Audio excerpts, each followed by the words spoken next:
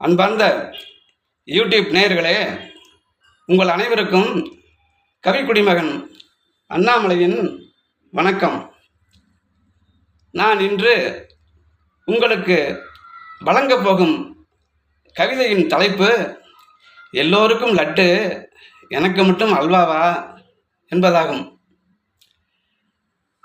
அதாவது, திருப்பதி ஏழுமலையானை வெங்கடாஜலபதியை தரிசனம் செய்து வருவதற்காக நான் பலமுறை குடும்பத்தோடும் சரி, சற்று சில நண்பர்களோடும் சரி சென்று வந்திருக்கிறேன்.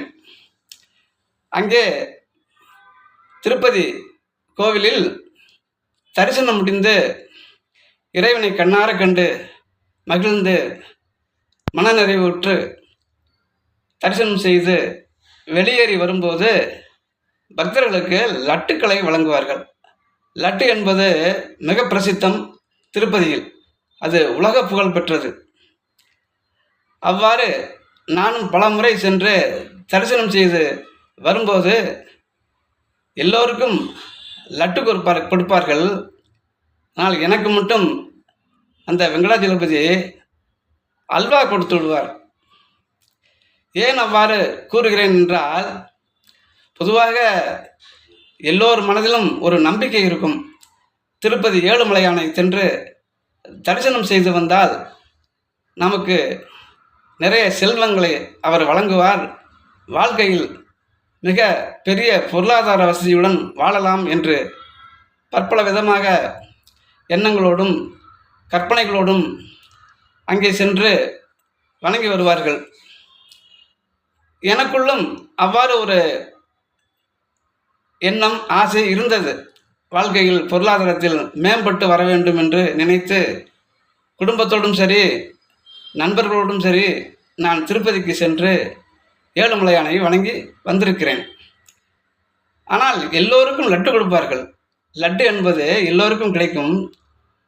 ஆனால் எனக்கு மட்டும் அவர் அல்வா கொடுத்து விட்டதாகவே எண்ணுகிறேன். ஏனென்றால் என் வாழ்க்கையில் நான் பற்பல தொழில்களை பார்த்தும் என்னால் ஒரு சரிவர ஒரு பொருளாதாரத்தை ஈட்ட முடியவில்லை. அது என்ன காரணமோ அது எனக்கு தெரியாது. எவ்வளவோ உண்மையாக உழைத்தும் பாடுபட்டும் வேர்வை சிந்தியும் என்னால் ஒரு லாபகரமான ஒரு நிலைக்கு வர முடியவில்லை. அதற்கு என்ன காரணம் என்று என்னால் சொல்லவும் முடியாது. ஆனால் என் உழைப்பில் குறையில்லை என்று தான் நான் நிச்சயமாக சொல்வேன். நானும் ஓரளவுக்கு படித்தவன்தான், கணக்கு வழக்கு எல்லாம் தெரியும், உடல் உழைப்பையும் நன்றாக செய்யக்கூடியவன். அப்படி இருந்தும் என்னால் ஏன் பொருளீட்ட முடியவில்லை என்ற ஒரு காரணத்தை என்னால் அறிய முடியவில்லை. அது அறிய முடியாத ஒரு தேவ ரகசியம். அது இறைவனுக்கு மட்டுமே தெரியும். அது ஏன் அப்படி என்று எனக்கு சொல்ல முடியவில்லை. அது ஒரு புறம் இருக்கட்டும். இந்த வெங்கடாஜலபதி எனக்கு மட்டும் ஏன் அல்வா கொடுத்து விடுகிறார் என்று தெரியவில்லை. அதனால் மனசு ஒரு நேரங்களில் நான் சஞ்சலப்பட்டு நான் நினைத்து கொண்டிருக்கும்போது, நான் இயல்பாகவே கவித்துவ சிந்தனையுடன் இருப்பவன். நான் ஒரு வெண்பா எழுதினேன்.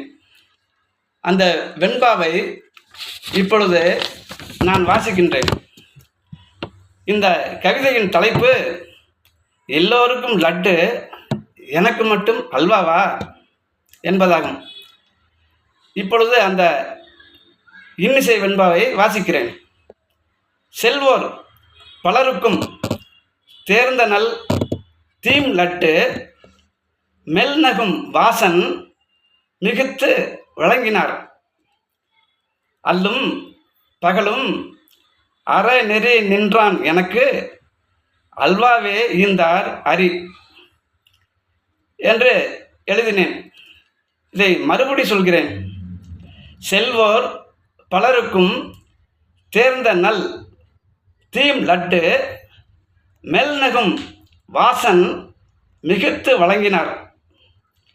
அல்லும் பகலும் அறநெறி நின்றான் எனக்கு, அல்வாவே ஈந்தார் அரி. இது ஒரு இன்னிசை வெண்பாவில் அமைந்திருக்கிறது. அதாவது எவ்வளவோ பேர் சென்று வருகிறார்கள், பலரை பார்த்திருக்கிறேன், போய் வந்து நல்ல நிலைமையிலும் இருக்கிறார்கள். நான் மட்டும் என்று சொல்லிவிட முடியாது. என்னை போன்ற எவ்வளவோ பேர் வந்து எவ்வளோ உழைத்தும் ஒரு மிகுந்த பொருள் காணாதவாறு தவித்து கொண்டு தான் இருக்கிறார்கள். அது என்ன காரணம் என்று அதையெல்லாம் ஆராய்ச்சி செய்ய இப்பொழுது தேவையில்லை. ஆக என் கற்பனையில் எல்லோருக்கும் ஏழுமலையான் லட்டுக்களை வழங்கினார், எனக்கு மட்டும் அல்வா கொடுத்து விட்டார் என்றே கருதுகிறேன். பொதுவாக நம் தமிழ்நாட்டில் மதுரை பக்கத்தில் யாராவது ஏமாற்றினால் ஆட்டையை போட்டு விட்டான் என்பார்கள். திருச்சி பக்கம் யாராவது ஏமாற்றினால் வல்லா போட்டு விட்டான் என்பார்கள். காரைக்குடி பக்கம் யாராவது ஏமாற்றினால் ஏப்பம் விட்டு விட்டான் என்று சொல்வார்கள். அதேபோல் ஏதோ ஒரு திரைப்படத்தில் ஒரு கயவன் ஒரு பெண்ணை ஏமாற்றுகிறான், அல்வா வாங்கி கொடுத்து ஏமாற்றி விடுவான். அந்த ஒரு காலத்திலிருந்து அல்வா கொடுத்து விட்டான் என்றால் ஏமாற்றி விட்டான் என்ற பொருள்படும்படி இந்த நம் நாட்டில் பேசிக்கொண்டிருக்கிறார்கள். ஆகவே அந்த ஒரு கற்பனையில் இப்படி ஒரு வெண்பா நான் எழுதினேன். அதை மறுபடி வாசிக்கிறேன். செல்வோர் பலருக்கும் தேர்ந்த நல் தீம்லட்டு மெல்நகும் வாசன் மிகுத்து வழங்கினார். அல்லும் பகலும் அறநெறி நின்றான் எனக்கு, அல்வாவே ஈந்தார் அரி என்றால் பெருமாள். இந்த கவிதை உங்களுக்கு பிடித்திருந்தால் சப்ஸ்கிரைப் செய்யுங்கள், ஷேர் செய்யுங்கள், கமெண்ட் செய்யுங்கள். விடைபெறுகிறேன். நன்றி, வணக்கம்.